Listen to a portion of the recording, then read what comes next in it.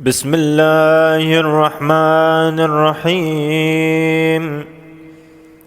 اللهم صل على محمد وآل محمد.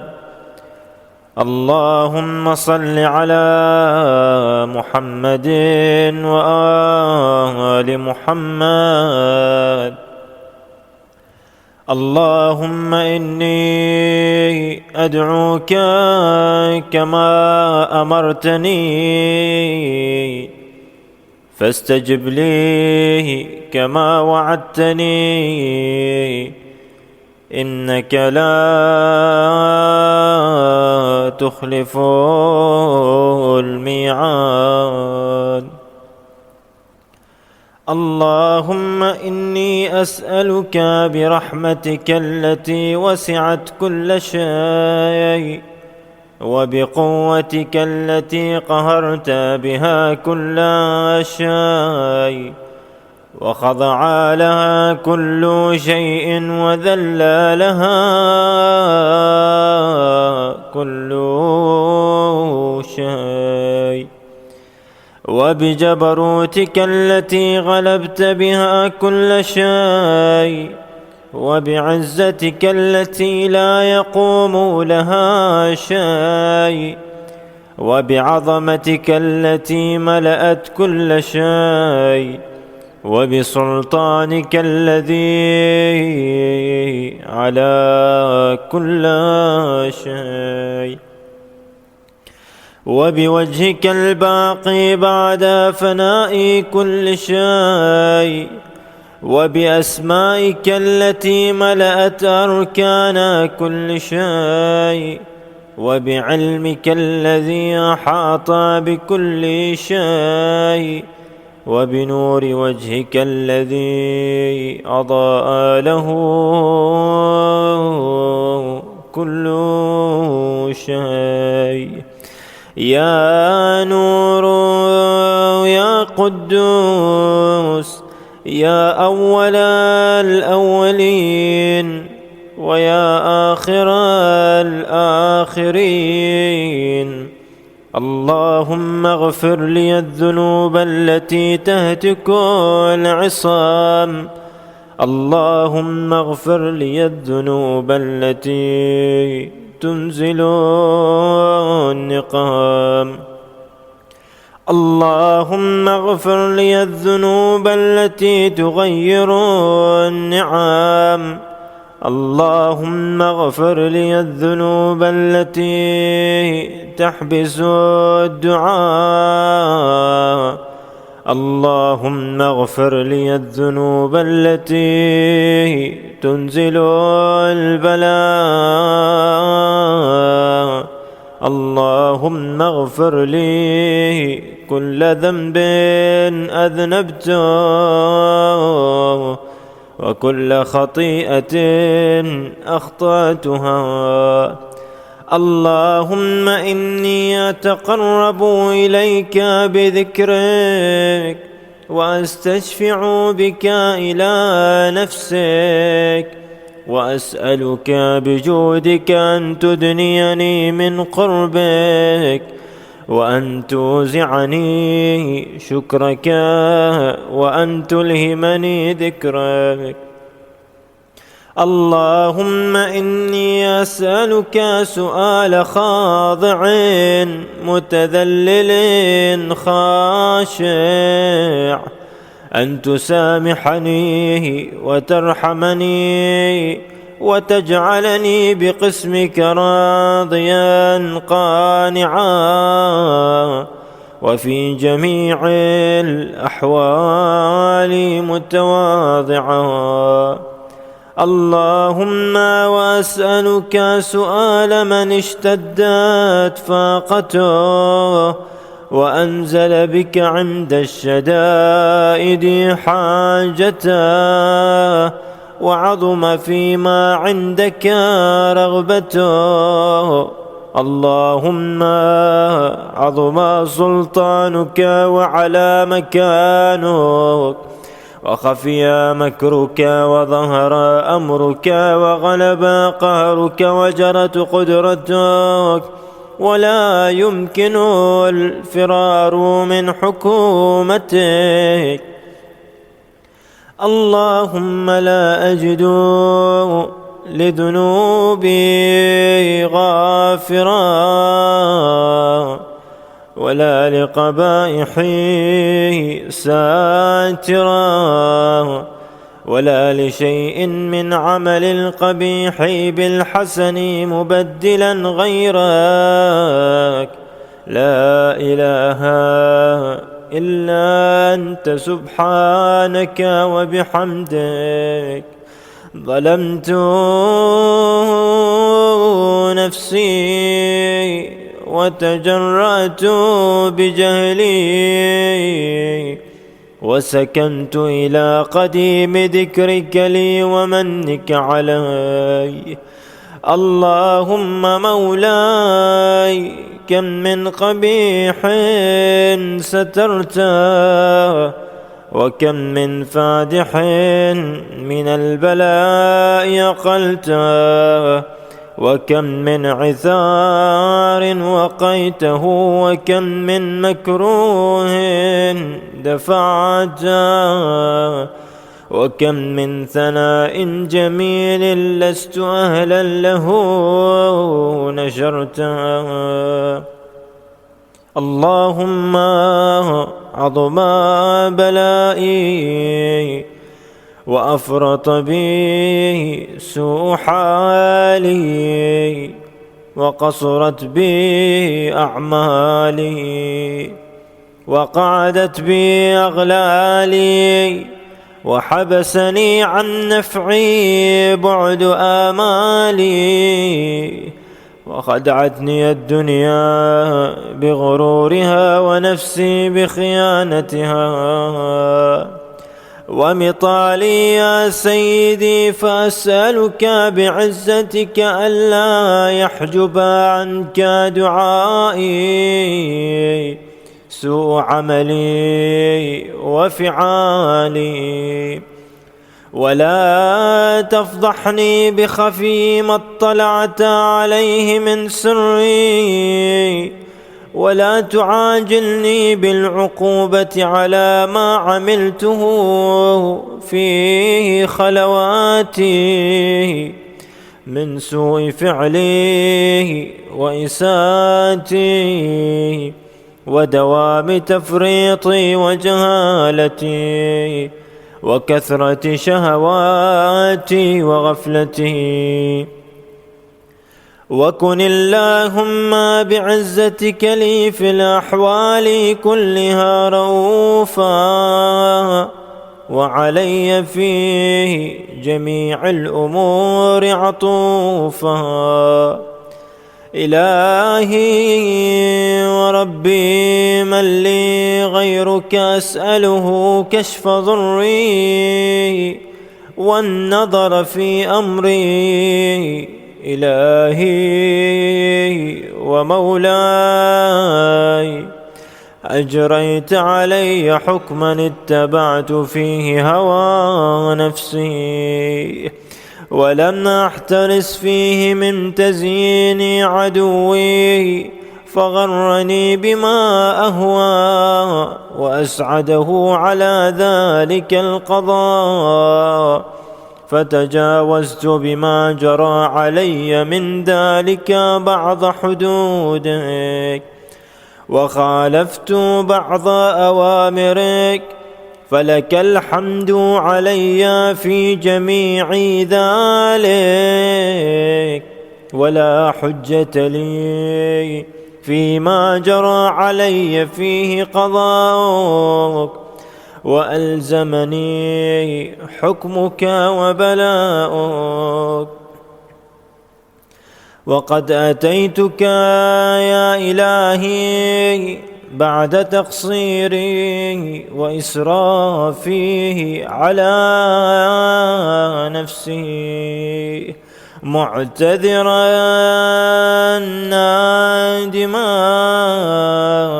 منكسرا مستقيلا مستغفرا منيبا مقرا مذعنا معترفا، لا أجد مفرا مما كان مني، ولا مفزعا أجد أتوجه إليه في أمري، غير قبولك عذري وإدخالك إياي في سعة من رحمتك.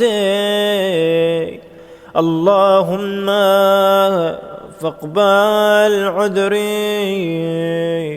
وارحم شدة ضري، وفكني من شد وثاقه.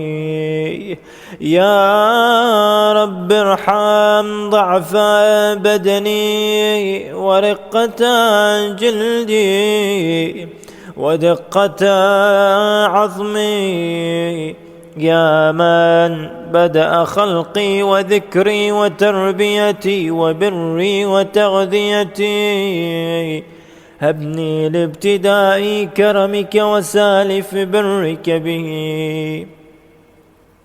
يا إلهي وسيدي وربي، أتراك معذبي بنارك بعد توحيدك، وبعد ما انطوى عليه قلبي من معرفتك، ولهجا به لساني من ذكرك، واعتقده ضميري من حبك، وبعد صدق اعترافي ودعائي خاضعا لربوبيتك، هيهات أنت أكرم من أن تضيع من ربيته، أو تبعد من أدنيته، أو تشرد من آويته، أو تسلم إلى البلاء من كفيته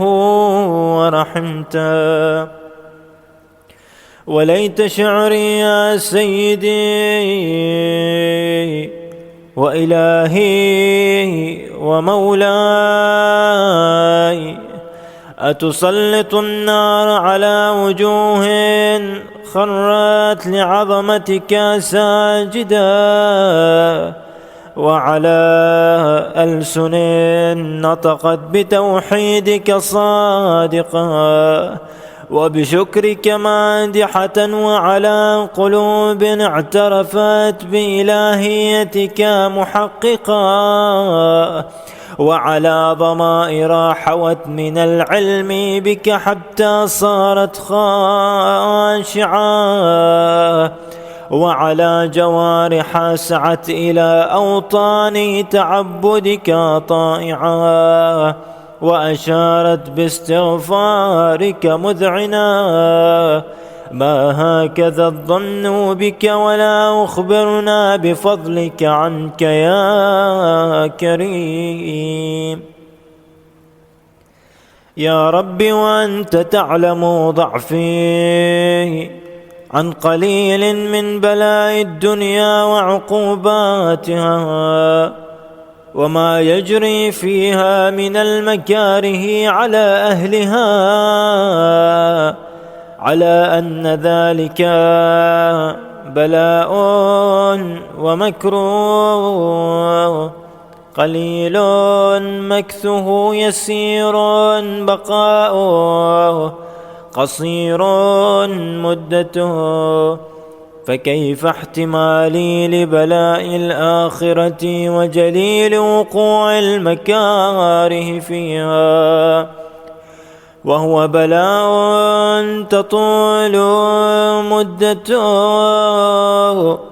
ويدوم مقامه، ولا يخفف عن أهله، لأنه لا يكون إلا عن غضبك وانتقامك وسخطك، وهذا ما لا تقوم له السماوات والأرض. يا سيدي، فكيف بي وأنا عبدك الضعيف الذليل، الحقير المسكين المستكين. يا إلهي وربي وسيدي ومولاي، لأي الأمور إليك أشكو، ولما منها أضج وأبكي، لأليم العذاب وشدته أم لطول البلاء ومدته؟ فلئن صيرتني للعقوبات مع أعدائك، وجمعت بيني وبين أهل بلائك، وفرقت بيني وبين أحبائك وأوليائك، فهبني يا إلهي وسيدي ومولاي وربي. صبرت على عذابك فكيف أصبر على فراقك، وهبني صبرت على حر نارك فكيف أصبر عن النظر إلى كرامتك. أم كيف أسكن في النار ورجائي عفوك، فبعزتك يا سيدي ومولاي أقسم صادقا لئن تركتني ناطقا لأضجن إليك بين أهلها ضجيج الآملين، ولأصرخن إليك صراخ المستصرخين، ولأبكين عليك بكاء الفاقدين، ولأنادينك أين كنت يا ولي المؤمنين، يا غاية آمال العارفين، يا غياث المستغيثين، يا حبيب قلوب الصادقين، ويا إله العالمين. أفتراك سبحانك يا إلهي وبحمدك تسمع فيها صوت عبد مسلم سجن فيها بمخالفته، وذاق طعم عذابها بمعصيته، وحبس بين أطباقها بجرمه وجريرته، وهو يضج إليك ضجيج مؤمل لرحمتك، ويناديك بلسان أهل توحيدك، ويتوسل إليك بربوبيتك.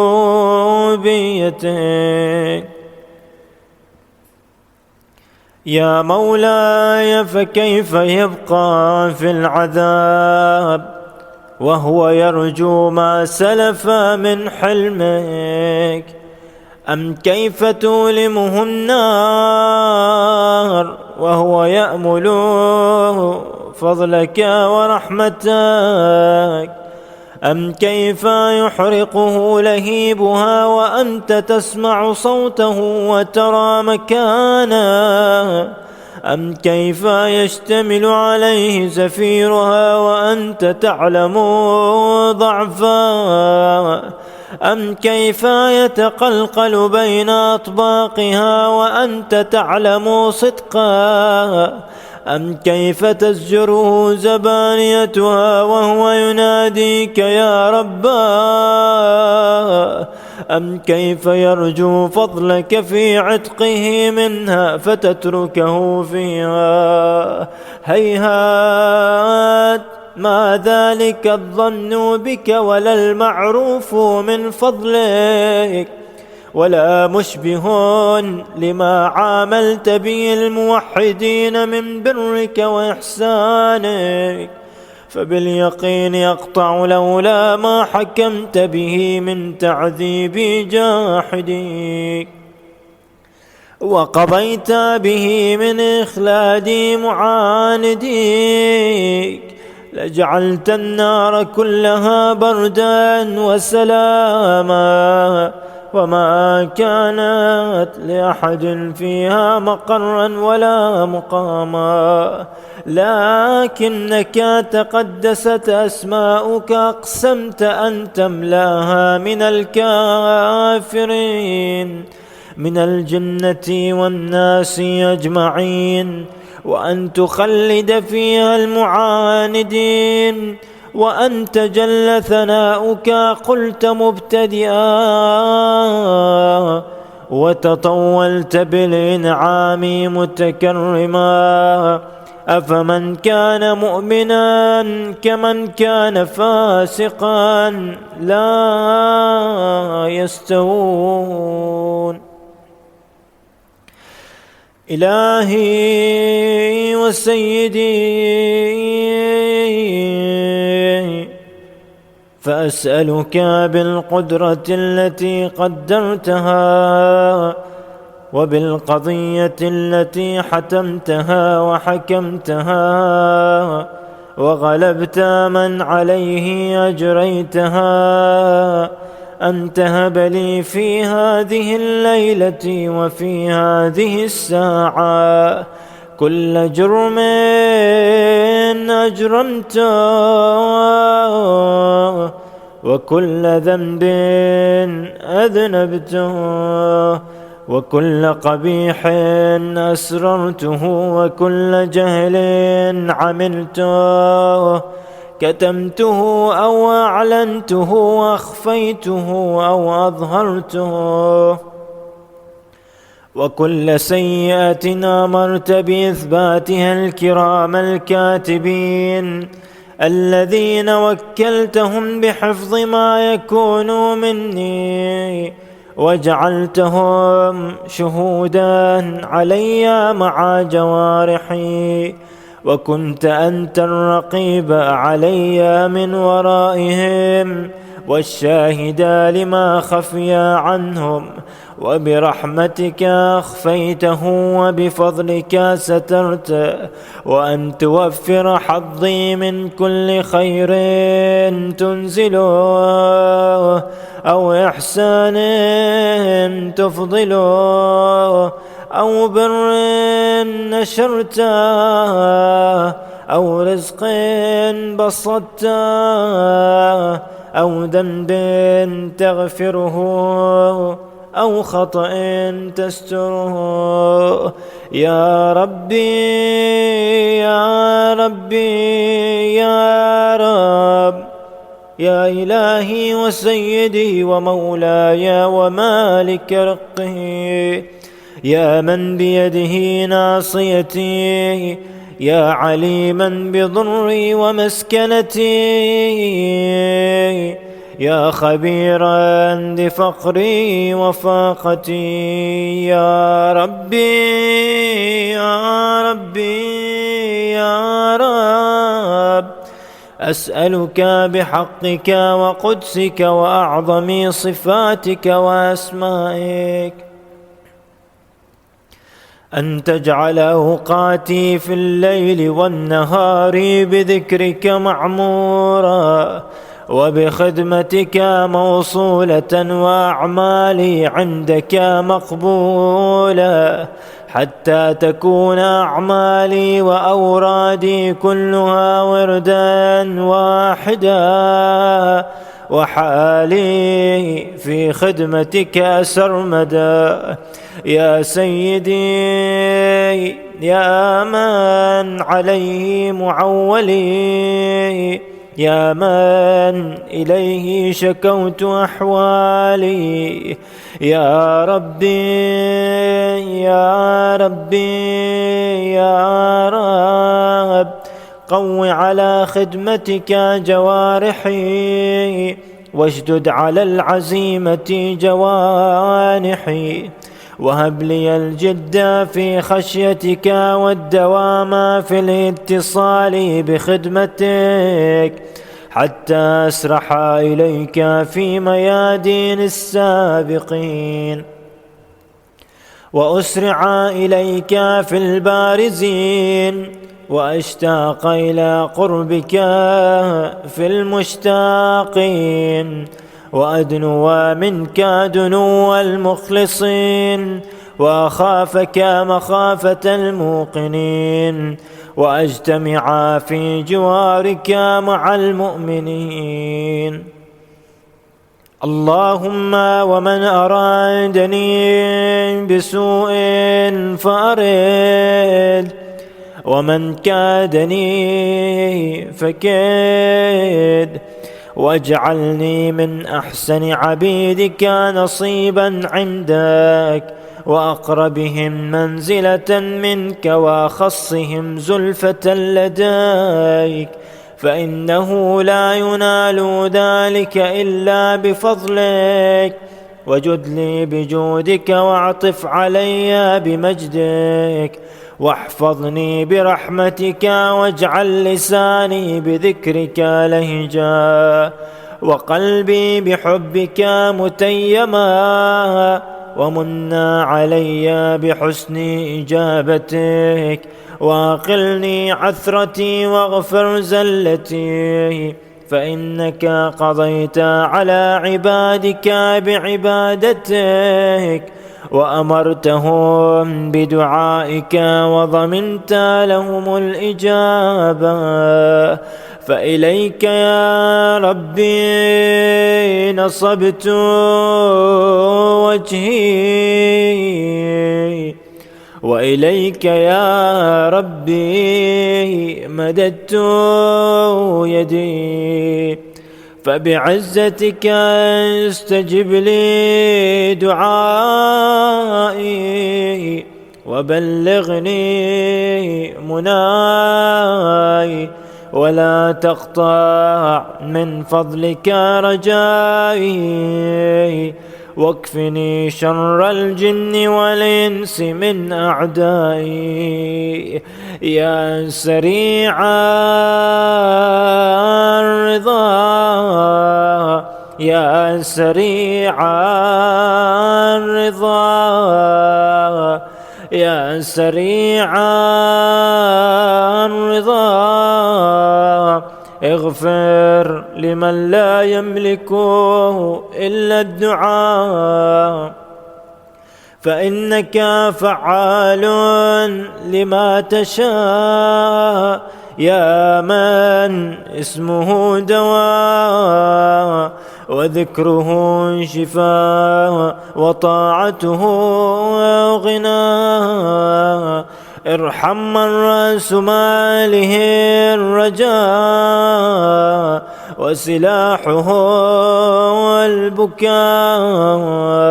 يا سابغ النعم، يا دافع النقام، يا نور المستوحشين في الظلام، يا عالما لا يعلم.